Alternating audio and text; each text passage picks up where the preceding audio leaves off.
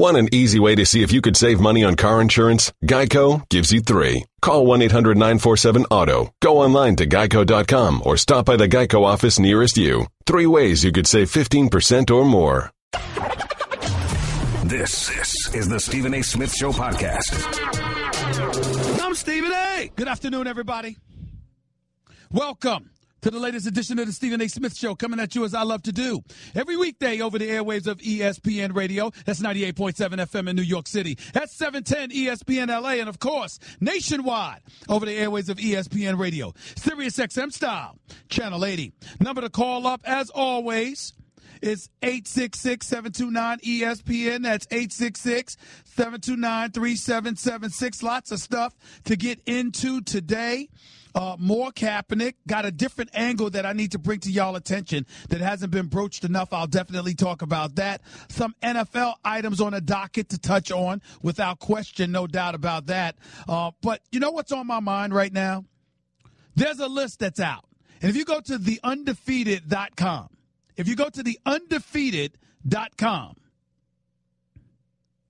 you will see a category, a big story, emblazoned over their website, 50 greatest black athletes of all time. And everybody's got their particular order, and everybody's got their own thoughts, and everybody's got stuff that's going on, and we understand that. We get it. But it's worthy of discussing because of a potpourri of reasons. It's not to eliminate anybody. This is an all-inclusive conversation. Because you got a lot of people that feel what they feel for whatever reason. And it may be justified. But let me tell you something. You've got some people that think Michael Jordan's number one. You've got a lot of others who think Muhammad Ali is number one. You've got, inexplicably, because I can't understand it, Serena Williams outside of the top 5. You got a whole bunch of stuff going on. And I think those are the kind of things that are important to mention. Those are the kind of things I'm trying to find the list here because I want to make sure that you understand what the top 10 list consists of. Michael Jordan, number 1. Jackie Robinson, number 2. Muhammad Ali, number 3. Willie Mays, the Say Hey Kid, number 4. Jesse Owens, number 5. Serena Williams, number 6. Hank Aaron, number 7. Simone Biles, number 8. Gabby Douglas, number 9. And the great Jerry Rice at number 10. Let me be the first to say I have a problem with this list. Before I even get into the particulars, let me be very, very clear. Muhammad Ali is number 1 and will forever be number 1 to me. You can leave Jackie Robinson at number 2, integrating baseball in 1947. I'm good with that. You want to put Jesse Owens or Hank Aaron at number 3? I'm good with either. I want Serena Williams in my top 5. First of all, she's the greatest female tennis player ever alive. It's number 1. Number 2, the adversity that this woman and her family have had to endure. The shots taken at her. The way she's been maligned and caricatured and beyond. And the fact that she is still the ultimate champion that she is. Ladies and gentlemen, a few months ago, she won a title pregnant. Pregnant. She won a title. That's how special Serena Williams is. With a baby inside of her, she whipped people's butts. This woman is special. So I'm going to put her up there. And then, of course, I got to put Michael Jordan in the top 5 simply because he's MJ. He's the GOAT.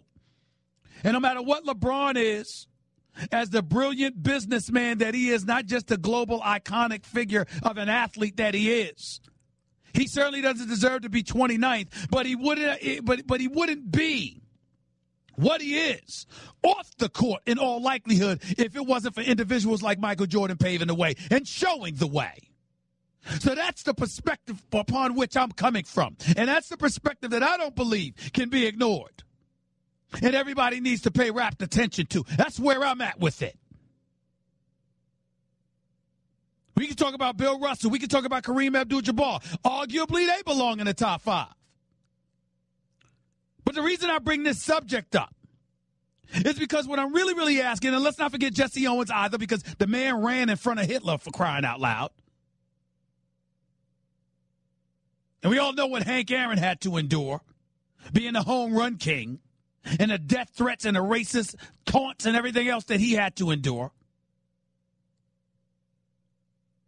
But the thing about it, the reason why this subject is so important to somebody like me is because who's not on the top 10 list? And that would be Tiger Woods.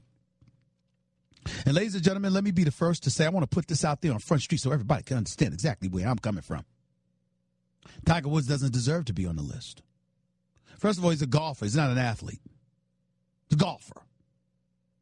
Secondly, and in my mind, most importantly, and in the minds of African Americans throughout this nation, ladies and gentlemen, he didn't want to embrace his blackness. That's a big deal. That's not being incendiary. That's not being insulting. It's being factual. I don't know whether it was cannibal Asian or whatever the hell he called himself. I don't remember the words he told Oprah, but he didn't want to embrace his blackness. I'm not denigrating the man. I'm not insulting the man. I respectfully disagree with him. But let me tell you why. It's incredibly important that he be left off this top 10 list.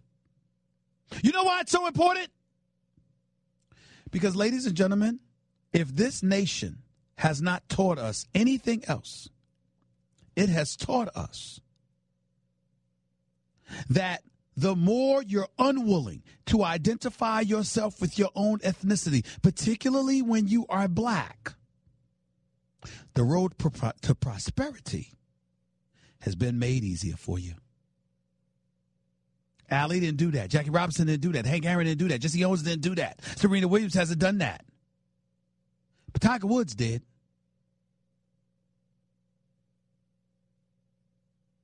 And the fact that you didn't have to endure that level of adversity that those others that I mentioned, the Bill Russells, Kareem Abdul-Jabbars, the Jim Browns, the Kurt Floods of the world, and others, the fact that you purposely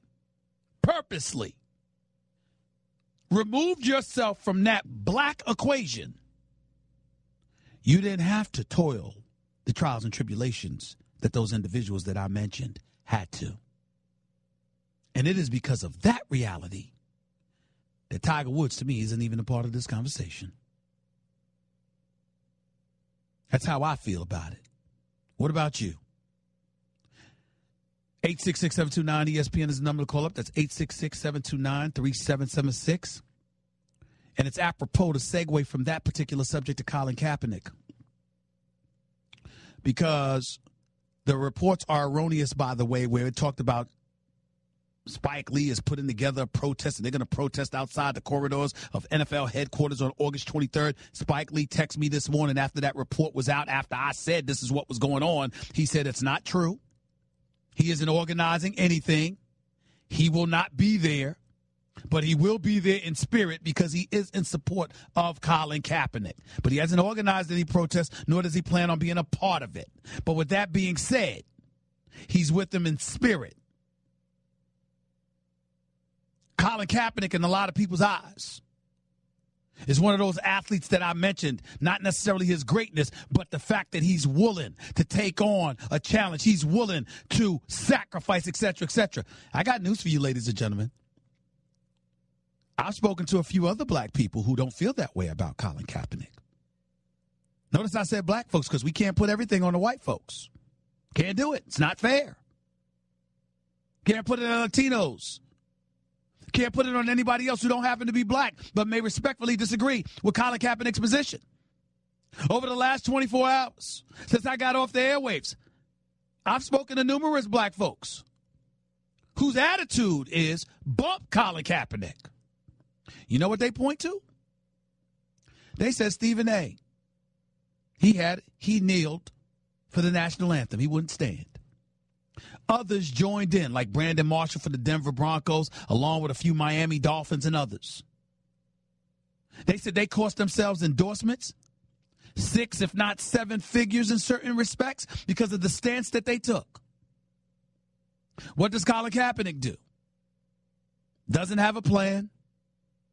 On top of it all, he chose to opt out of his contract with the San Francisco 49ers. He didn't have to be without a job right now. I had one guy that just got off the phone with me an hour ago and said, wait a minute. Colin Kaepernick quit on the San Francisco 49ers. Do you have any idea, Stephen A., how much heat Colin Kaepernick took, or how much heat, rather, the 49ers took? Because when Colin Kaepernick took the position that he took, they supported him as an organization. What did he do? Restructure his deal so he'd have the license to opt out of his contract at the end of the 2016 season and leave them high and dry after they support him and took heat from other owners and teams in the league. Stephen A., why are you feeling sympathetic towards Colin Kaepernick? Who the hell is he? That's what they said. And you know something? I usually have answers. I didn't have an answer to that one.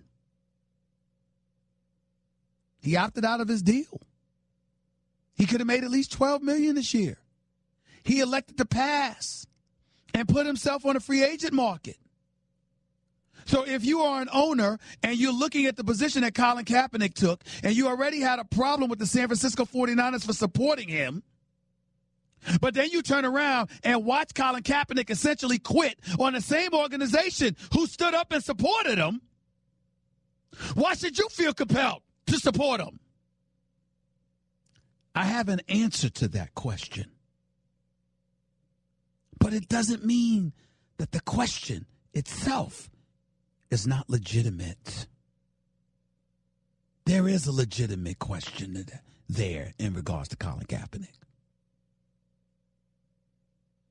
Because before all of this went haywire, he was employed and essentially quit on the San Francisco 49ers. He didn't have to be without a job right now. He actually chose to do that. And in light of that reality, how should we really feel about Colin Kaepernick at this moment in time? Not because of kneeling for the national anthem, the totality, kneeling, ultimately agreeing that he'll stand, changing his positions, opting out of his contract. How sympathetic of a figure should he truly be? 866-729-ESPN is the number to call up. That's 866-729-3776. You're listening live to the Stephen A. Smith Show on ESPN Radio. Okay, keep your eyes closed. Okay. I want to show you my first ever painting. All right. Okay. Open your eyes. Oh, that's a lot of colors and shapes. So be honest. What do you think? Well, I like how if you switch to Geico, you could save hundreds of dollars on car insurance. Oh, yeah, that's true. Yeah. Here, why don't I hold your paintbrush while you call them? Geico, because saving 15% or more on car insurance is always a great answer. You're listening to the Stephen A. Smith Show podcast. Hey, America, listen up. I know a lot of you have already gotten a Zebra and are getting happy Z's as a result. You're welcome. As for the rest of you, what's the holdup? There's too many of you snoring and being a nuisance to everybody around you. I need you to stop procrastinating and deal with this now and go out there and get a Zebra. Why do I know there are millions still snoring? Because I used to be one of you, that's why. You know I always keep it real with you. I always keep it real with my listeners. I'm telling you, I am a snorer. There is no doubt about that. But I've gotten better, and it's by using the Zebra. Zebra gets reports every time I talk about their product on my radio show. They know you went to their website, Zebra.com. They know you clicked through all the 5-star testimonials and watched the video proving it works. They also know that you actually went through the process of putting a Zebra in your shopping cart. Now finish the process and get a Zebra already, please. Listen, people, your snoring is not going to stop until you get a Zebra. I don't care what it costs. Sleep is priceless. You would know this if you got a Zebra. And read the message inside the box. I'm telling you to get a Zebra. Stop procrastinating. Go to Zebra.com. That is ZYPPAH.com. Remember, Zebra is Happy Z, spelled backwards. 866-729-ESPN. That's 866-729-3776. To the phones we go. We'll get into a little NFL action a little bit later on in the show. A couple of previews that I want to point to. Aaron Rodgers talking about the Green Bay Packers need to win a Super Bowl to shut folks up. Yeah, get a defense first. That ain't Aaron Rodgers' fault. Let me be very, very clear about that. That ain't Aaron Rodgers' fault. But with all of that said and done, let's get back to the phone calls. Talking about the top 50 list on the Undefeated. Top 50 black athletes of all time, 50 greatest black athletes of all time. Plus, we got into Colin Kaepernick and whether or not he should still be considered a sympathetic figure in light of what I highlighted prior to going to break. Let's go to Rock. You're live with Stephen A. on ESPN Radio. Rock, what's going on, big time? How are you, man? Man, I'm doing good today, man. How you doing, sir? I'm doing all right, man. Talk to me. All right. 50 black athletes. Hold on, stop right there. Rock, I need you to speak directly into your phone, my phone, and sir, don't turn because then we can't hear you. Go ahead. Okay. Yeah, the 50 top athletes, black athletes, I would say Jesse Owens, Jackie Robinson, and then I got to throw in Michael Jordan in there. Okay. Well, I'm not gonna sleep with you. I mean, give me 5. You gave me 3. Give me 5. Okay, you 5. Okay, then 5.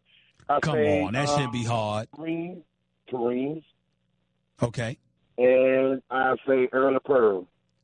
Earl of Pearl? No. Yeah. I love Earl of Pearl, but the Black Jesus. But come on now, he ain't top 5. Come on now.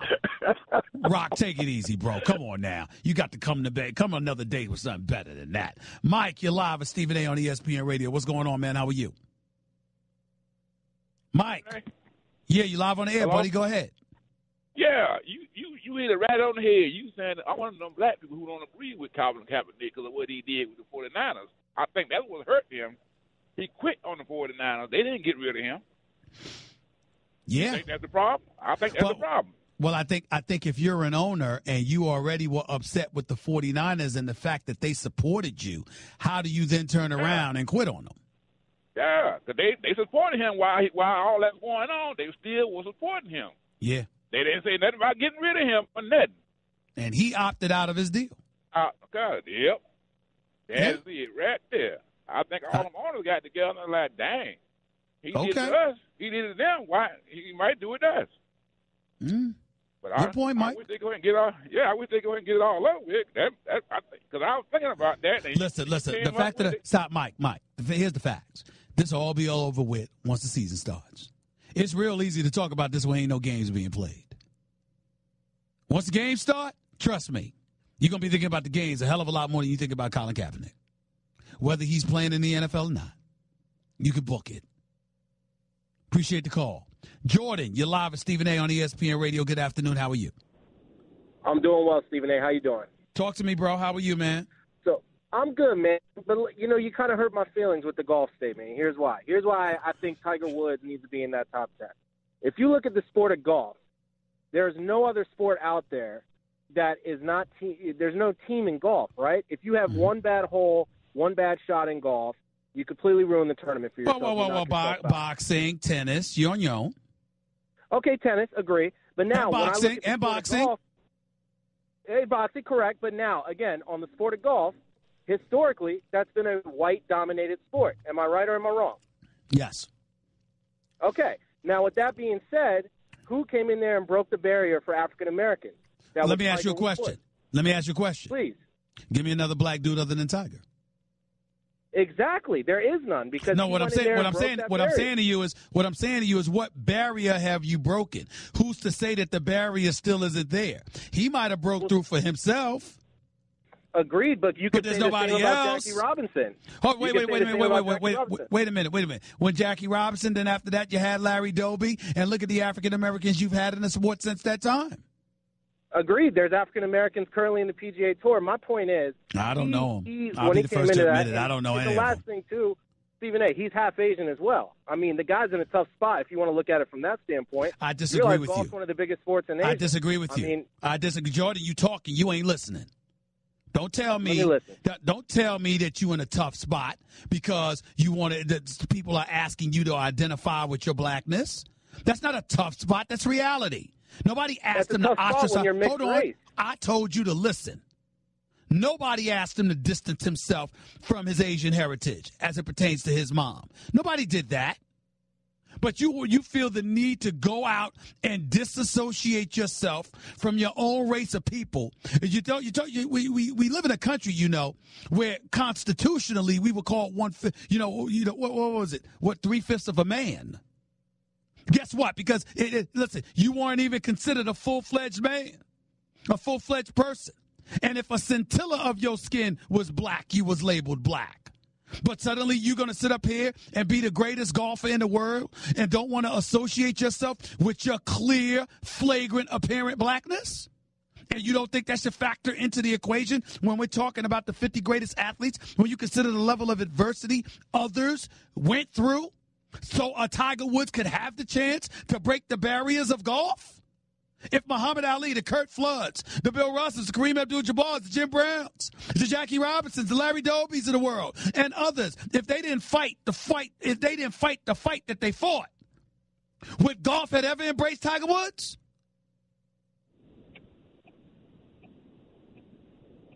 Am I making it up?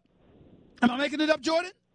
Makes sense. All I'm saying is from a standpoint of a professional athlete having to inherit a race or recognize a race, you got to look at it from both spectrums. Again, he's like African-American, completely get it. But on the Asian side, too, I mean, what do you do in that situation? Clearly, golf is more popular with Asians, correct? I don't know the answer to that question. I imagine so. It is. No, it 100% is. I don't know. I'm not refuting that. I'm telling you I don't know. As a professional golfer, and by the way, do you know why Tiger would wear red on Sunday? Why? Because he wore that for the suffrage of African Americans. Black pants for the blood. Okay. That's it. I appreciate that information, Jordan. I'm going to double check that. I'm going to give you a heads up on that. Assuming that's true, Jordan, I appreciate you enlightening me on that. Because I honestly didn't know that. I honestly didn't know that. I'm going to man up and fess up to that. I'm not going to deny that. I appreciate that point. I'm going to double check it, though. 866-729-ESPN. More of the Stephen A. Smith Show on ESPN Radio in a minute. Guess what? You're in the middle of the Stephen A. Smith Show podcast. Damn it, I mean it! Ladies and gentlemen, that caller, Jordan, who called up in defense of Tiger Woods, lied to you. He either lied to you or he was misinformed. Yes, I'm calling him out. Jordan, I hope you're listening. This is a quote from Tiger Woods in 2013 as to why he wears the outfit that he wears. The red shirt, black pants, Sundays. Okay? Hasn't changed much in 16 plus years at the time. That Sunday outfit hasn't changed much. According to the article, at least in terms of colors, Woods has continued to wear a red shirt for the final round of every tournament in which he plays. The commitment to red has even led to the nickname Red Shirt. But what got Woods stuck on wearing red in the first place? Woods explained in a news conference at the AT&T National, quote, I've worn red ever since my college days, basically, or junior golf days. Big events on the last day, Woods said. I just stuck with it out of superstition, and it worked. I just happened to choose a school that actually was red, and we wore red on our final day of events. So it worked out. Then he later goes on to say, I came out here and I continued it. I've had a few wins wearing red, and it's not going to change. Furthermore, he also goes on to say, as recently as this year, July, last month, Brent Kelly updated. Throughout his golf career, Tiger Woods has rather famously sported red shirts in the final round of tournaments. Why is Tiger so committed to wearing red in the final round? Because his mother told him to. Once in the Dear Tiger section of his website, where he responds to fans' questions, Woods explained his red shirts this way, quote, I wear red on Sundays because my mom thinks that's my power color. And you know you should always listen to your mom. That's what Woods said. Jordan called up here and said Woods wore that to support African Americans. No, John, did y'all hear anything at all? That this has anything to do with supporting African Americans? I heard him saying that he's listening to his mama. I heard him say that he was superstitious. Jordan tried to get one over. Didn't work, Jordan. I was right. You were wrong. Shut up. I say that affectionately. Mike in Denver, you're live with Stephen A. on ESPN Radio. What's up, big baby? How you doing, man? I'm doing fine, man. How you doing? I'm good. He tried to get one over on me, bro. Didn't work. I know. I was just sitting up here cracking up because I said I know you was going to check it. But, man, getting back to the top 10 athletes, my list is my top 5. I'm going to go with Mike, Muhammad Ali, Serena, Jackie Robinson, and Bill Russell. What do you think about that? Okay, they're not a bad list, but why would Michael Jordan be ahead of Muhammad Ali? Well, it's a toss-up. I'm gonna just say because one reason is me and them graduated the same year in high school. I used to put you bringing emotion to the equation, Mike. Yeah, man. Come on, man. I'm a little biased about that, man. It ain't like he gonna hold on, Mike. It ain't like he gonna run into you at homecoming and beat you down. I mean, come on, Mike. You got to have a better reason than the emotion, bro. I know, man, but I'm saying it was a hard choice, though, because, I really believe Ali. I should have Ali at number 1. You're right. I'm saying because, Ali did a lot. And by the way, why would you put MJ ahead of Bill Russell or Kareem?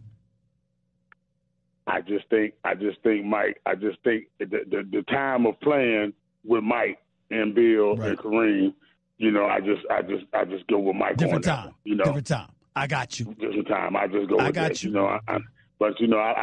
I put Serena in there because, man, she had to overcome so much stuff. And, man, she's so professional about what she do. And on top of that, man, all she do is take names. All she do is kick behind and take names. Man, she beat him pregnant. She beat him pregnant. Exactly. I just found that out the other day, too. I was going to say that. I just found that out the other day. Now, if you out there like that and taking care of business, man, then, you got to tip your head off to her, man. No doubt about it. Quick before you let me go, man. I had to put my brother in the home yesterday, so my prayers. We don't know how long he's gonna be there, but we still praying and hope everything work out, man. And stay strong, man. We love you, man, and stay doing what you're doing, man. And let me listen up to the rest of the callers, man. Have a good day. Keep being the great brother you are to that man. Keep it going, bro. Keep your head up. One love. Let's go to James. You're live with Stephen A. on ESPN Radio. What's up, James? How are you? Hey, Stephen A. How are you? I'm great. Thank you for calling. What's up? Good. So, you say athlete. I understand a lot of these people on this list have significance in their sports, but I'm not hearing any names like Jim Brown, Bo Jackson, Deion Sanders. These guys were pros at more than one sport. It was just top 10. They're definitely one of the tops. You see what I'm saying? It's definitely debatable. It's all debatable because Jim Brown definitely should be considered. Primetime Deion Sanders is the greatest corner in the game that we've ever seen, a great athlete or whatever. But some of those guys that are on that list is because of the adverse circumstances they had to deal with en route to their greatness, as opposed to just having the freedom to just play and perform in their respective sport. That's what that was about, sir. I understand, just like Jackie Robinson broke the barrier, but yes. I'm a big baseball guy. I think Hank Aaron was a better player than Jackie Robinson. Probably right. I understand what he did. Probably right. Well, you know why, though, right? Because if there was no Jackie Robinson, there would have not been Hank Aaron. Exactly. And if there was no Jordan, no LeBron and everything, I get it. There you go. I'm not going to waste your time. Thanks for taking my call. Thank you. Appreciate the call. Let's go to Nick. You're live with Stephen A. on ESPN Radio. What's going on, Nick the Quick? How you doing, man? How's everything? Hey, Nick, are you there? Yeah, I'm here. You hear me? Go ahead, buddy. How you doing? I'm doing great. How are you? I'm all right. Thank you for calling. What's up? Hey, so I wanted to get your thoughts on the Green Bay Packers and Aaron Rodgers. I feel the exact same way you do about Aaron Rodgers. He's a bad man, bro. He's a bad man. Yeah, he always played well in the playoffs, but they've always come up short because of the defense. And I just wanted to get your thoughts about that. Well, listen, Ted Thompson and Mike McCarthy got to do their jobs. That was a Pop Warner defense they had in the secondary last year. Remember what the Redskins did to them? I think it was on Monday Night Football or something. Remember how they got destroyed by the Redskins when they gave up 42 points? It was a Sunday night, actually, when they gave up 42 points to Kirk Cousins, making them look like the second coming of Joe Montana. And remember how the week before that they had lost to Tennessee by giving up 47 points to Marcus Mariota and those boys? 47 and 42 back-to-back weeks. That's what Green Bay did in the throes of a 4-game losing streak. But somehow, some way, Aaron Rodgers, and by the way, and keep this in mind, Nick, Aaron Rodgers had a down year last year. Remember how people were talking about him? Right. Remember how they were talking about him? Like he was he's faded. He's not himself. He had 40 touchdowns and 7 interceptions. 40 and 7. With a QBR of 76, and they talking about this dude, Nick, like he's passé. I mean, can you believe the nerve to these people? I know, it's insane. Aaron Rodgers is a bad man. This brother's special. He just don't have a defense. I mean, Richard Rodgers got short, play tight end position, got to act like he want to be there. Eddie Lacy, he ain't going to be there anymore. Ty Montgomery's that dude. You look at Randall Cobb. You look at Jordy Nelson. He's going to be back healthier. I mean, I'm looking at some of these cats, man. I'm excited with Devontae Adams and the rest of the crew. I'm excited by what I see from Green Bay offensively. Defensively, I have no faith in them until I see otherwise. Zero. And that's the problem. All right? I appreciate the call, man. Thank you so much. More of your calls in a minute right here with Stephen A. on ESPN Radio. You're listening to the Stephen A. Smith Show podcast. Story of OJ. I'm not black, I'm OJ. Okay. Jay-Z doing it like only he can do it. Stephen A. Smith Show, back here at you on ESPN Radio. Number to call up as always is 866-729-ESPN. It's 866-729-3776. My boy Champ, one of my buddies, good, beautiful brother, a lot of heart, very, very knowledgeable about the world of sports. His only problem is one thing. He gets very, very emotional. Very emotional. Like he thinks Lawrence Taylor should be on the list. Lawrence Taylor was a great athlete, yeah. Lawrence Taylor was one of the greatest linebackers in history in getting at the quarterback. He wasn't great dropping back in the coverage. He wasn't all-purpose like primetime Deion Sanders. But in the world of champ, put Lawrence Taylor in the top 5. Stop it. Love LT, even though his check and pass, give me a break. Will Chamberlain, I don't give a damn how dominant you want. You got 2 rings. You got 2 rings while your rival, Bill Russell, got 11. Enough of that. I don't understand him sometimes. I will say this, though. When you talk about athletes, Deion Sanders belongs in that conversation. He really, really does. Bo Jackson got hurt too early to see what he would be able to sustain. Barry Bonds, special. Ken Griffey Jr. was special, but the latter part of his career, not so much. I'm just saying. 866-729-ESPN. I got to go right to my next guest. I don't know where the hell he has been. I don't know how long. It's been a while since I saw my man Carlton in Massachusetts, but I miss my brother from another mother. I miss my favorite guest on this show. Haven't heard from him, hating on the Patriots and Tom Brady. We were kind of wondering about you, Carlton. Did something happen to you or something? We hadn't heard from you in so long. How you been, buddy? I've been okay. How you been? I'm doing all right, man. Great to hear from you. I've been busy. I'm in the process of a move down to Tampa Bay. I'm going to become a Buccaneers fan, so I'm going to have to hate the Patriots from afar. They were closing in on me up here. Belichick and his minions there. We're kind of trying to find out my true identity, so I got to move south. You know what? You can act like you joking all you want to. I think that's quite possible, Carlton. I really do. It could be happening. I live actually a very short distance from Bill, so it's a distinct possibility, my friend. Okay? But today I want to infuriate a lot of your listeners because I'm going to give you a viewpoint that is completely at odds with most of the people that have been propagating this Kaepernick business for the last 6 months. And my point is the social justice warriors, same social justice warriors who put 2 20- and 21-year-old gymnasts on the list of the top 10 black athletes of all times, completely ridiculous. They are destroying Colin Kaepernick's career, and he has let them do it. In fact, he's been an active participant in it, so I don't feel bad. An instigator, Carlton, one could argue. But go ahead.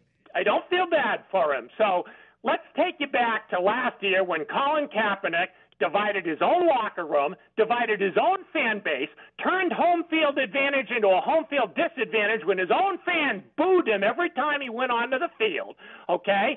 Colin Kaepernick, who equated a police badge to a runaway slave finder's badge. Colin Kaepernick, who wore pig officer socks to practice one day. Colin Kaepernick, who wore a Fidel Castro T-shirt. Okay, all that said and done. And then now this year, Colin Kaepernick is trying to resurrect his career. And so the Ravens show a bit of interest in him. And what does his girlfriend do? Post to social media equating Steve Bisciotti and Ray Lewis with DiCaprio and Samuel Jackson in Django. You know, a vicious racist slave owner and his lackey black henchman who actually feed slaves to the wolves, in service of his. That's Absolutely. what Colin Kaepernick's partner does with one of the few owners or one of the few coaches who's thinking about hiring him. I mean, talk about writing the manual on how not to get a job in the NFL. Who can feel sorry for Colin Kaepernick? I mean, this is crazy. Well, hey, listen. Everything that you pointed out, I pointed out here throughout the days, the last few days. Everything that you just said. I spoke to Ray Lewis right after his girlfriend tweeted that. Ray Lewis like, I'm done. Exactly. I'm done. Remember Nico Grimes got Frank Grimes booted out of Miami for her racist taunts of the ownership in Miami. Colin Kaepernick, I hope he's in love with this woman. They've only been dating about 2 years because she is destroying his career as an NFL quarterback. Yeah, but isn't she the one that initially coaxed him into kneeling for the national anthem? Yes, according she to the did. reports? Yes, she did. Oh, Lord. He better be in love. This is a woman who, she's a social justice warrior. She is. Look, Carlton, you got the line of the week. He better be in love. Yeah, because he's going to have if they break up, he's going to have a long time to think about what she helped him do to his NFL career. If I was an NFL GM or an NFL owner right now, there is no way I'm hiring this guy. Well, let me say this to you. I can't disagree with your position. All your points are valid, which are things that I pointed out, which is why I threw the question out there. But it still doesn't negate the fact that there's some blackballing going on. What you're explaining is its justification. What I'm saying is its existence, whereas you got John Harbaugh and Commissioner Goodell and others that are saying, no, that's not the case, when clearly that appears to be the case, Carlton. Well, look at, I got to interrupt because we got to leave in 15 seconds. But DiCaprio was one of the most vicious characters ever in movie history. You're going to compare me to a person like that? Done. No way I'm never hiring you. Carlton, great hearing from you. Call back in, buddy. Don't be a stranger like that again, all right, my man? You take it easy. Hour number 2 up next with Stephen A. We'll continue on Kaepernick. We'll continue on the Undefeated's top 50 black athletes list of all time. Plus, we'll get into some more NFL action. Stick around. Don't touch that dial. That's just a sample of what you'll hear on the Stephen A. Smith Show. Weekdays at 1 p.m. Eastern on Sirius XM Channel 80 and the ESPN app. Want an easy way to see if you could save money on car insurance? Geico gives you 3. Call 1-800-947-AUTO. Go online to geico.com or stop by the Geico office nearest you. 3 ways you could save 15% or more. This is the Stephen A. Smith Show podcast.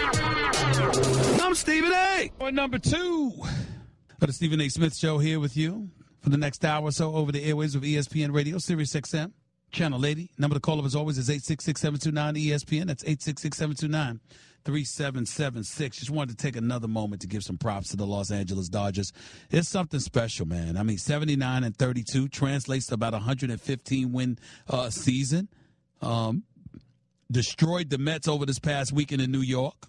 Won by a cumulative score of 21-4. Pitching a pair of shutouts along the way. Yu Darvish looked good in his Dodger debut. Justin Turner got back on track. Just reading an article from the LA Times right now. Cody Bellinger, he smacked a pair of home runs. Chris Taylor stayed hot. I'm just looking at the Dodgers right now. And Adrian Gonzalez is on the disabled list. And so is Kershaw. What excuse? See, to me, all of this is starting to look bad for the Dodgers. Not good, because we've gotten to a point now. I mean, this Yasiel Puig kissing his hitting coach and all of this. I don't give a damn about that. What the hell is this? The love connection? I don't care about that. I mean, anything to me. He got to show up in the postseason. They got to get it done. Smacked 5 home runs after overcoming an early 3-run deficit against the Mets. Corey Seager's playing well at shortstop.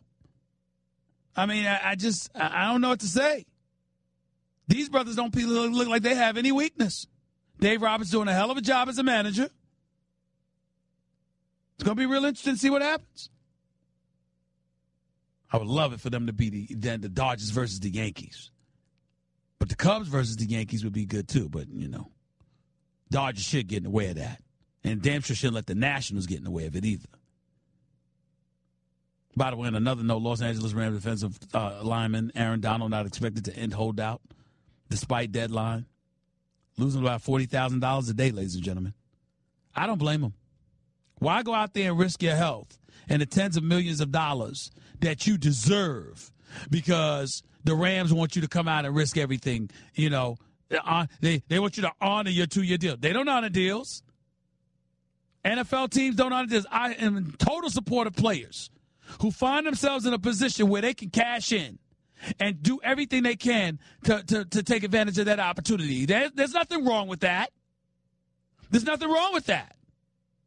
I wholeheartedly support them. Wholeheartedly.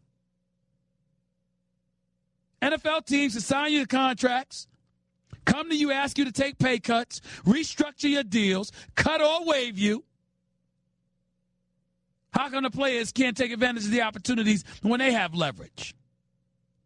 I am in complete and total support of Aaron Donald, especially when you consider everybody from Fletcher Cox to J.J. Watt to Von Miller and everybody else and the money that's being doled out there. He's got to get his.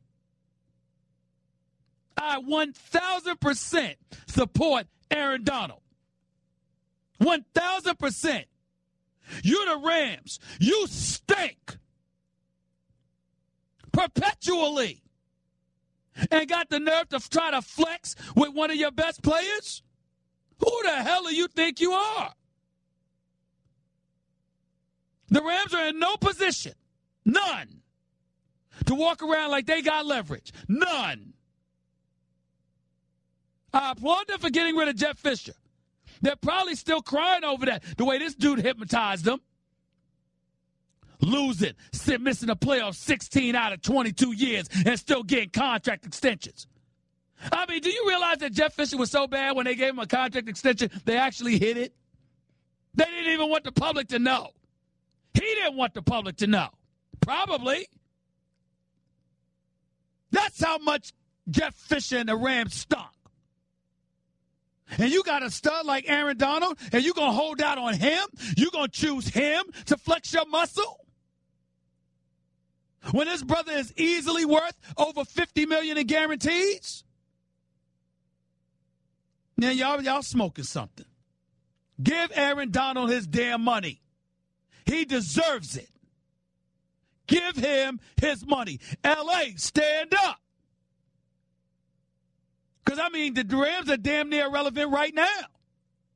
Imagine what they're going to be if they don't have him. That's not what we can say about the Chargers, though. Got a new coach in Anthony Lynn. You still got the same offensive coordinator in Ken Whisenhunt.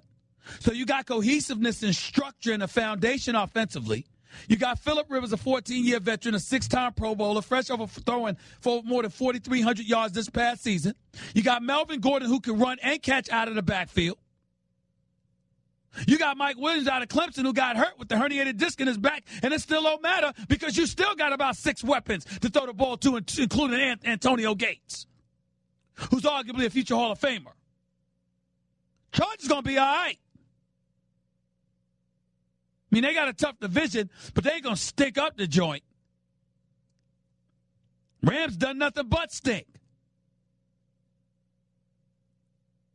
I mean, all of us as a city collectively can walk down to the Rams practice facility and collectively pass gas together.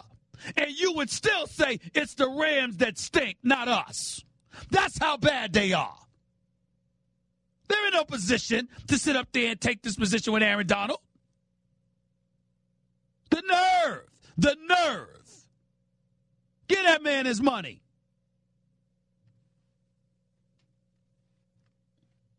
Always choosing the wrong people to flex your muscles. We've got a lot of damn nerves. The hell you think you are? You lucky if anybody come watch you at this damn stadium. By the way, I think the Rams are wise because they're playing at like some 27,000-seat stadium. I mean, the Chargers, I'm sorry. I think that's very smart. You want to ingratiate yourself into the L.A. community from San Diego before you ask 70 or 80,000 people to come see you. I think you got a good shot to get 27,000 people to fill a stadium on a Sunday. I really think that's possible. barring ridiculous traffic, of course. 866-729-ESPN is the number to call up. It's 866-729-3776. Back with more of your phone calls because there's a lot of stuff to get to. You know I want to do that. Have to do that because there are a few things on my mind. And I just want to let y'all know what it is. But I just had to get that off my chest about these damn Rams. They get on my nerves. This is Stephen A. Smith. You're listening to the Stephen A. Smith Show. By the way, when it comes to our cars, one thing is almost certain. Something at some time is going to break down. And if your vehicle warranty is expired, one big repair can actually break your bank. Now, we all know there are auto protection plans out there, but only one stands alone, y'all, and that's Toco Warranty. With Toco, you don't pay upfront fees for service you may never use. Toco makes protecting your car easy with their pay-as-you-go plan. Just pay a small amount each month and keep the protection for as long as you like. With Toco, there is no long-term contract, no upfront fees, and you can cancel at any time. So listen up, get peace of mind, knowing you're protected with the coverage plans on the engine, the electrical, the transmission, the cooling system, drive axle, and more. Plus, enjoy the benefits of roadside assistance and paid rental car fees. Toco's special concierge service guides you through the entire process, from sales to claims to customer service, all under one roof. So don't risk being grounded by auto repairs you can't afford. See if you qualify for Toco at 800-211-2884. That's 800-211-2884. That's 800-211-2884. 84. You are listening live to the Stephen A. Smith Show, ESPN Radio. Okay, keep your eyes closed. Okay. I want to show you my first ever painting. All right. Okay. Open your eyes. Oh, that's a lot of colors and shades. So be honest. What do you think? Well, I like how if you switch to Geico, you could save hundreds of dollars on car insurance. Oh, yeah, that's true. Yeah. Here, why don't I hold your paintbrush while you call them? Geico, because saving 15% or more on car insurance is always a great answer. You're listening to the Stephen A. Smith Show podcast. Back to the phones we go. Back here on the Stephen A. Smith Show, ESPN Radio. That's 710 ESPN LA, 98.7 FM, New York City, and, of course, nationwide over the airwaves of ESPN Radio, Sirius XM style, channel 80, 866-729-ESPN is always the number to call up. That's 866-729-3776. Back to the phones we go. Let's go to Jeremy in Staten Island. You're live with Stephen A. How you doing, Jeremy? How's everything going? Good. How's it going, man? Talk to me, bro. What's up? All right. So the guy before who had a top five with MJ at the top, I agree with that, but I had a few changes to make to that list. Go ahead. Instead, I got MJ, Muhammad Ali, Jesse Owens, Jackie Robinson, Bill Russell. Give me that order again, please. Michael Jordan, Muhammad Ali, Jesse Owens, Jackie Robinson, and then Bill Russell. All right. 2 to 5. Muhammad Ali, Jesse Owens, Jackie Robinson, and who was the fifth? Bill Russell. Bill Russell. All of them have obviously a very, very different social history coupled with their athletics than that of Michael Jordan. So why do you have Michael Jordan number one, followed by those specific four? Because he may not have broke the barrier of playing the game, but as far as athletes being able to brand themselves, he is the person who created that by far. There's no athlete before him who gave athletes the freedom to make their career, which a lot of them are not that long, into something that they could prosper off for the rest of their life. You're talking about Michael Jordan? Yes. Okay. Hey, man, I don't have a problem with that list. That's a damn good one. It's a damn good one, Jeremy. Kudos to you, man. Thank you. All right, buddy. Take it easy. John. You're live with Stephen A. on ESPN Radio. Good afternoon, sir. Thank you for calling the show. How are you? How's it going, Stephen A?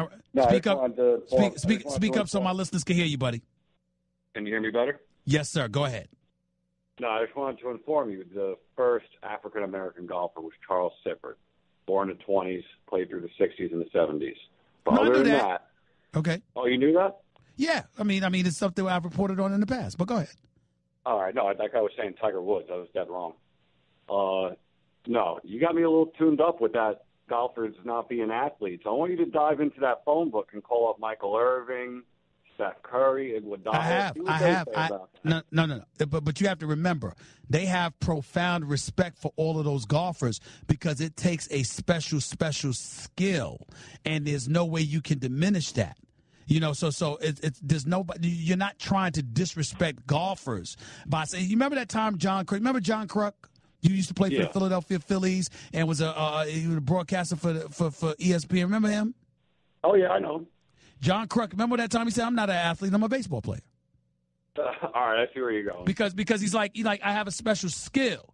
But look at me, this pot belly. I like to drink some beer. I ain't trying to run 20 miles. I ain't trying to do all that. I can just swing that bat and I can play this game. And I'm saying to you, with golfers, you can play that game. But you don't have to be an athlete to play golf. You hurt me with that one, man. Still isn't it true? You hurt me with that one. But isn't it true? I know it hurt your feelings, but is it not true? I can't agree with you. I'm sorry, but I respect. Hold on. You don't believe that you don't have to be an athlete to play golf? You need a certain level of athleticism. How is it that dudes in their 60s go out on the senior tour swinging the golf club? Oh, but that's a senior tour. They're not playing the top. But what I'm saying to you is this: you don't see basketball folks doing that, football players doing that. Basketball court doesn't mean you can make it in the NBA. No, I'm not talking about making it anywhere. I'm not talking about your level of skill. I'm saying the athleticism and the physical gifts that are required to play those sports doesn't necessarily exist in golf. I'm inclined to disagree, man. Okay. I'm inclined to disagree. Okay, you're inclined, but you ain't doing it vociferously enough because you know better. They're not athletes. They're great golfers. They're skilled individuals, but they're not athletes. Stephen A., I don't think you could be beaten in a debate, man. I don't think you can. I don't think so either. I'm pretty much the man, but I appreciate you acknowledging that, and I got love for you for it, my brother. Thank you so much, man. Take it easy. Vertus, you're live with Stephen A. Talk to me, man. What's up? What's going on, Doc? Talk to me, man. Hey, I want to break something down to you because you seen that you can't get this Jerry Jones love for Tony Romo aspect. So I'm gonna break it down to you why he got so much love for Jerry. Okay. Go ahead. After Troy Aikman left, who were the quarterbacks after Troy Aikman? Oh, but was it Quincy Carter? Was it him? I'm trying to remember. I think it was Quincy Carter. I think it was. Okay, you got Quincy Carter, Ryan Leaf, Drew Henson, Chad Hutchinson. Let me see, Vinny Testaverde. You had all of these quarterbacks. The Cowboys wasn't even relevant at the time. Correct. When Tony Romo came on the scene, that made the Cowboys irrelevant again. They didn't. Tony Romo didn't win. He didn't win any Super Bowls, like you said.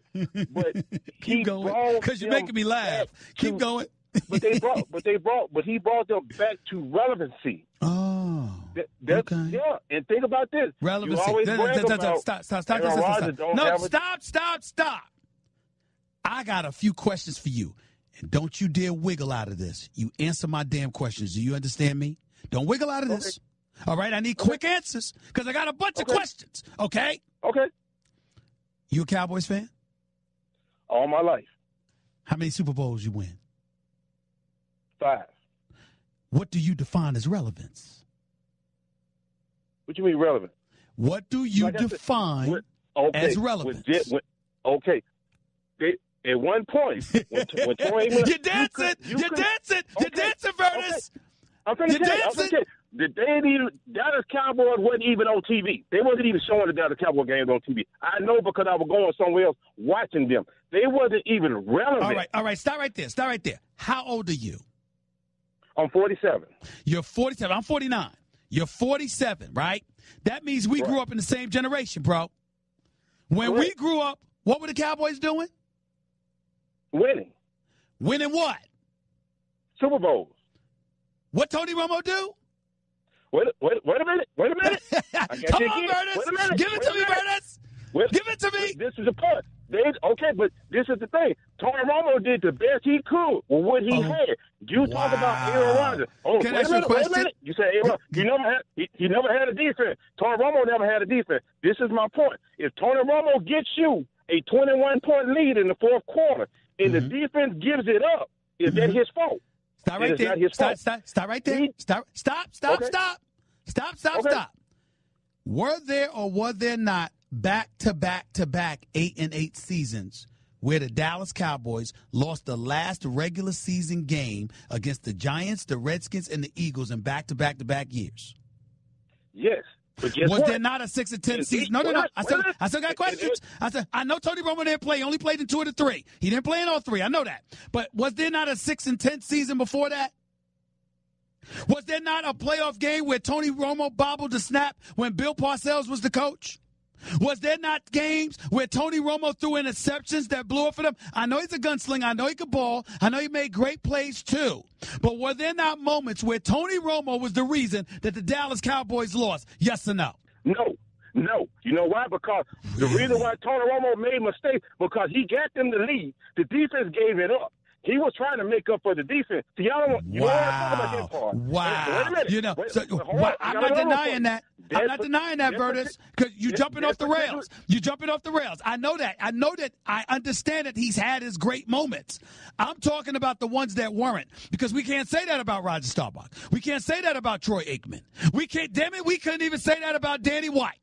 You got a guy that you're raving about that was a full-time starter for 9 years, and in 9 years, 4 times he made the playoffs. And in those 4 years, he won 2 playoff games. You got to win at least 3 1 year in order to win a Super Bowl. This dude won a grand total of 2 playoff games in 9 years. Are you really, really sure that you want to sit up here and justify this love fest and love affair that Jerry Jones has with Tony Romo? Because if you do, you are doing a disservice to the Troy Aikmans of the world, the Roger Staubachs of the world, and others. You do understand that? No, I love all that Cowboy, but you got to take into everything. Tony Romo never had an offensive line until 2 years ago. Never had a decent running back. Marion Barber was okay. He wasn't a very good running back. The defense was suspect. Vertus, you ain't got to say everything now, because I don't even want to hear from you anymore. The point is, right now, but you are welcome to call back. I'm here all season long, Vertus. I ain't going nowhere. I want you to call back. I'm going to have fun with you. Because you in denial. Tell the truth, Vertus, before I let you go. You that dude that was sticking out your chest last year, right? Talking about what the Dallas Cowboys were going to do, right? And how they were going to win the Super Bowl. And then when they lost to Green Bay at 7 o'clock, by about 7:30, 8 o'clock, you were one of those dudes that was like, we're going to win the Super Bowl next year, right? Ain't that you? Tell the truth. That's it. See, Vertus dropped. Suddenly, I can't find Vertus. Typical Cowboys fan. Delusional, not living in reality. That's why I can't stand them. But it's all love. It's affectionate. When I say I can't stand them, I'm just playing around, having fun. But I can't stand Cowboy fans. I love your misery because it's that kind of nonsense right there. The delusional perspectives I just can't take. More of your calls in a minute with Stephen A. on ESPN Radio. Guess what? You're in the middle of the Stephen A. Smith Show podcast. Damn it, I mean it! Senorita! Welcome back to the Stephen A. Smith Show, ESPN Radio. Back to the phones we go at 866-729-ESPN. That's 866-729-3776. Hey, in New Jersey, you're live with Stephen A. Talk to me. What's up? Hey, how you doing, good brother? How you doing? I'm doing all right. Talk to me, man. I had one thing to say about the top athletes, black athletes. I didn't hear Warren Moon on that list. Nobody said Warren Moon. This is the only black quarterback that won the Super Bowl. And during my time, stop. Warren Moon never won the Super Bowl. That's number one. That was Doug Williams. Warren Moon is a Hall of Famer. Great quarterback. Very gifted. But top 50, no. Is no other brothers that ever won a Super Bowl other than Doug Williams? Doug Williams. The Warren Moon never. You said Warren Moon. Yeah, that's my mistake. Doug Williams. Doug Williams ain't top 50 all time. You give him his props and his respect for pulling it off, but he's not top 50 all the time, all time. All right, I got you. Take it easy, bro. The other thing I want to talk. Oh, go ahead, real quick. Go ahead. It was the Kaepernick situation. Like I understand everything, the NFL, how they want to do things or whatever. But if you got a player, he's standing up for something that's right for the black community. And if everybody's agreement for what his stance was, I don't see why wouldn't he be allowed to play in the NFL again. Because billionaire white owners don't want the problem. because they believe it will affect their bottom line because he'll alienate a large populace of where they of that feeds their coffers, rather. Now let me reverse that to you, okay? You are a black man, is that correct, eh? Yes, sir. You're a billionaire, and somebody white takes a stance that has nothing to do with you in your eyes, and it affects your bottom line. You gonna invite them on your team?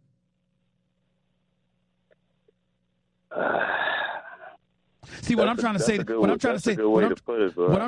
you is that you ain't wrong for the sensitivity that you have. It just means that you're a good-hearted brother with a good soul, and you're thinking about what's right and righteous. But what I gave you is a practical scenario upon which to view things from their lens. They're not black. They don't believe they're a part of the plight. And even if others do believe it, they don't care. Because their attitude is, we're billionaires. We own a team in the National Football League. These dudes who would otherwise not be making the kind of money that they've been blessed and fortunate enough to make, okay, should toe the line. And if they're not going to toe the line, then we ain't going to pay them. And we're not going to play them, and they're going to have to go somewhere else. I'm telling you, that's through their lens. And the same black folks, meaning me, you, and all of us, who absolutely positively believe that Colin Kaepernick should be in the NFL, have to be sensitive to the fact that when we have ownership of something, we ain't trying to hear somebody else come in and tell us they can do what they want to do while compromising what we're doing. We ain't having it. They got to go. So if we're that way, how can we expect a billionaire owner to be? You're right. All right? Got to run, bro. Appreciate the call. Chris in L.A., you're live at Stephen A. Talk to me, man. Hey, Stephen A., how's it going, man? Real quick, I know you didn't get a chance to talk about the NBA today, but I didn't get a chance to get on the phone with you yesterday regarding about Kyrie, right? About Kyrie, right? Right, Chris? Today, but that was what were you calling? You were calling up here about Kyrie? Yeah, I did. Yeah, Kyrie. I actually had two questions for you. Go ahead. One regarding Kyrie, one regarding LeBron, and the whole Instagram thing from yesterday. Sure. Which you spoke on the first take, yes. So real quick, the whole LeBron thing, and I listened to you and Max was. Everybody says LeBron's a great leader, but I just want to know from you, Stephen, what's your definition of a great leader? Because everybody is different. For me personally, I don't think LeBron's a great leader. I think he's the leader of the Cavs, but I don't think he's a great leader. As a matter of fact, I think one of the reasons he's being held to the carpet is because he constantly talked about his leadership, and I don't think leadership is consistently separating yourself from the rest of your troops, which is something that he does. I think a leader galvanizes the troops and coaxes much effort and production out of them as one possibly can, because they're not just going to war, they're going to war for him. That's a leader. Exactly. And I don't think that's always the case. I think at times that's been the case with LeBron. I don't think that's always been the case. I agree 100%. I just thought it out you because I hear Max say and the other guys say, oh, LeBron's a better leader than Kobe. That's why I put him in. But I'm going to throw this back at you, Stephen A. Would we ever question Kobe's motivation, Kobe's heart, and Kobe's will to, if he loses 1 year, you know he's going to come back the next year. You're not going to hear from him, but you know he's not going to be on social media. You know he's not going to throw his teammates under the bus. You know whoever's with him, the other 13 or 14 troops with him, he's going to do what he can to get those guys ready to be prepared for the upcoming season rather than doing all the unnecessary stuff. That's what I believe separates Kobe from LeBron. Kobe's an assassin. And you want me to tell you one of the more telling moments of a Kobe Bryant? And you're going to appreciate this when I break this story down to you, because you're going to know exactly what I'm talking about. You're going to remember. It's going to be an epiphany for you. Okay. The Jimmy Kimmel Show is on, and Kobe Bryant is on there. And Jimmy Kimmel showed the horrible Lakers ending a 14-game losing streak with Swaggy P and these boys acting like absolute clowns, like they won something. And he showed the video to Kobe, and the whole audience is laughing because Kobe just looked, and he was furious and had very, very little to say. Yeah, you see what I'm saying? Because his whole thing is, what the hell is this? There's nothing funny about this. Y'all think this is cute because you ended a 14-game losing streak? That's Kobe. That's Kobe, Stephen A. Because I remember talking to you once before, Stephen A. I mean, I don't believe guys want to be great anymore. There's nothing but excuses. Kobe never struck me as that person. There's a lot of guys. LeBron wants to be great. LeBron wants to be great. Here's the problem. I don't care what anybody says. We say this in hindsight. We say this in hindsight, Chris. LeBron walked into that NBA Finals knowing he was going to lose. Yes, that's not a good mindset. You can't. That's not a good mindset. You guys see that though, Stephen A. Your teammates see that going in. Not at all. He walked into that Finals knowing he's going to lose. When he was interviewed in Boston after they clinched the Eastern Conference crown, and he was asked about the Golden State Warriors, he said, "I don't even want to address it right now. That's too stressful." What? Oh, wow. What? Got you, Stephen A. Yeah, and then walked off the court after he lost, hugging with his head up, and it's like, yo, I did all I could. I averaged my triple-double. It was not good. It was not good. Appreciate the call, Chris.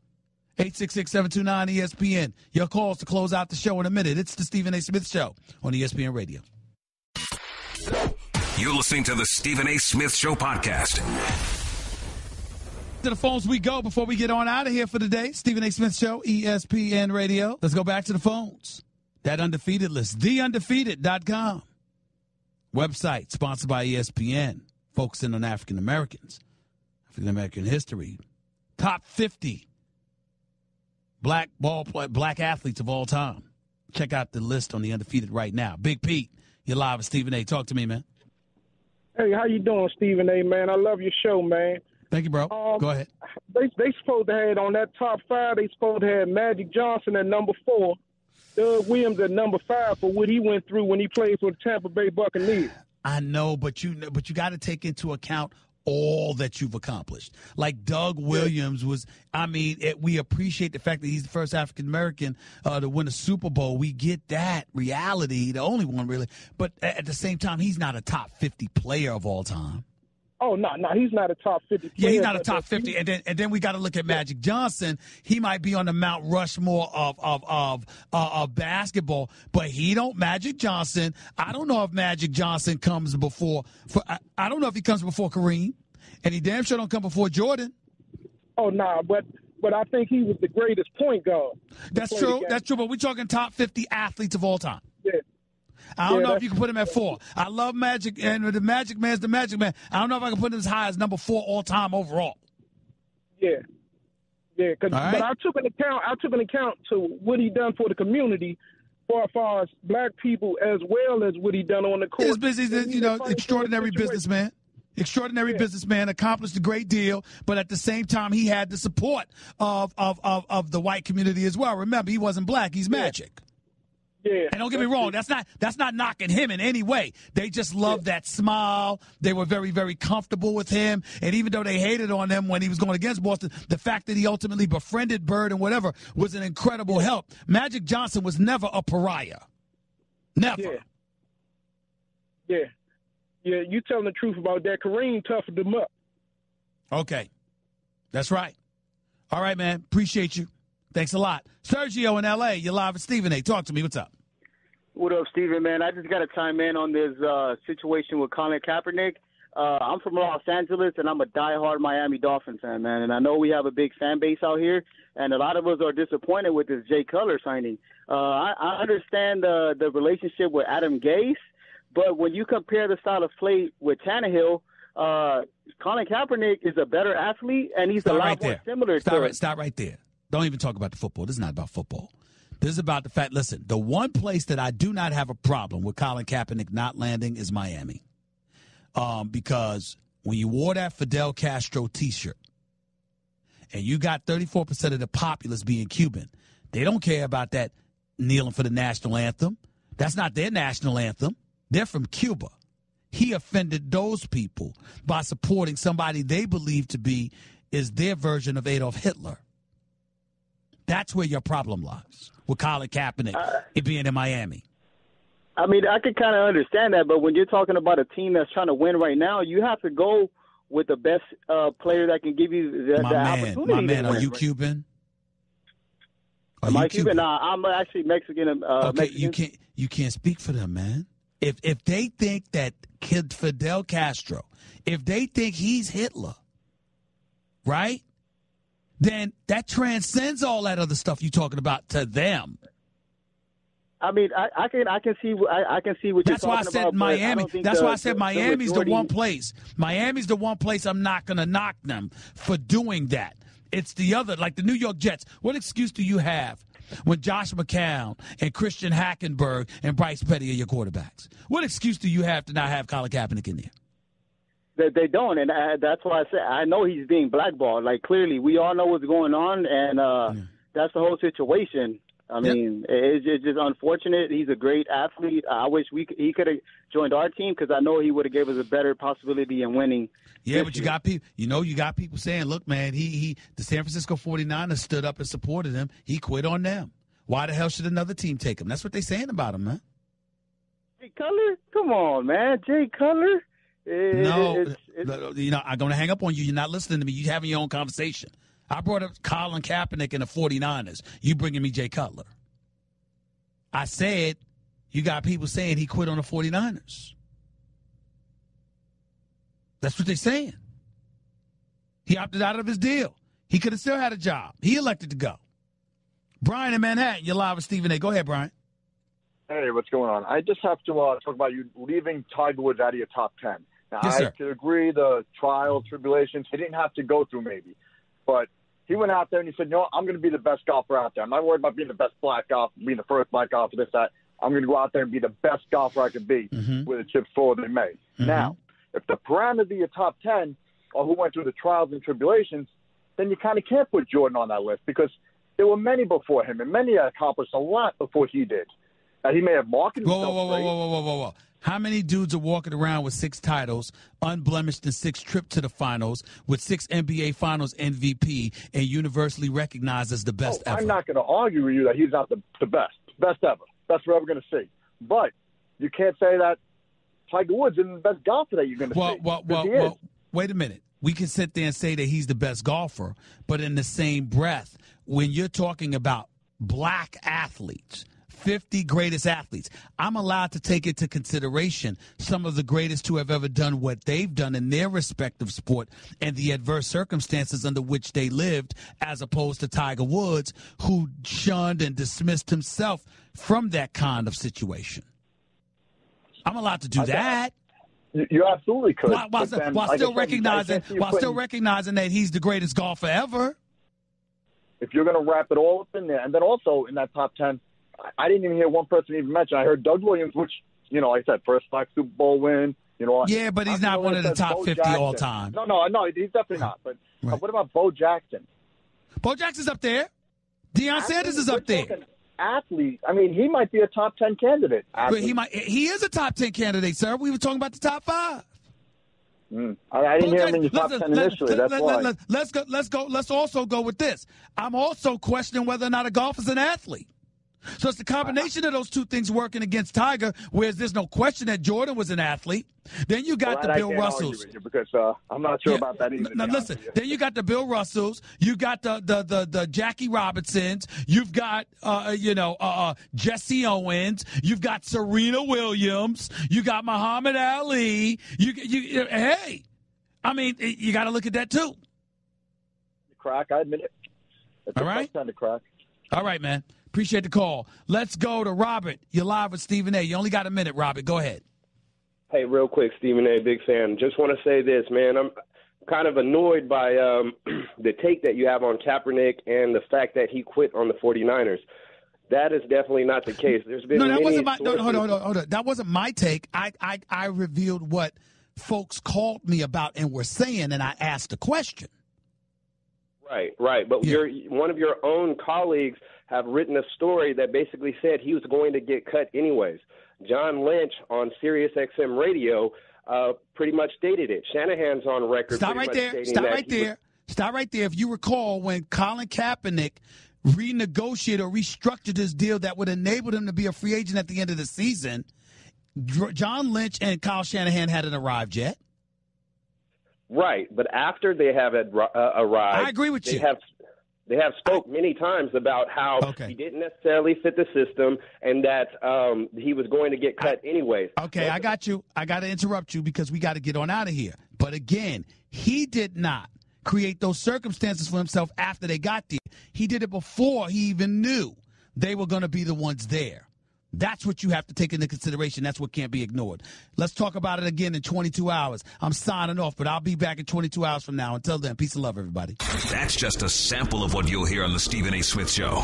Weekdays at 1 p.m. Eastern on Sirius XM Channel 80.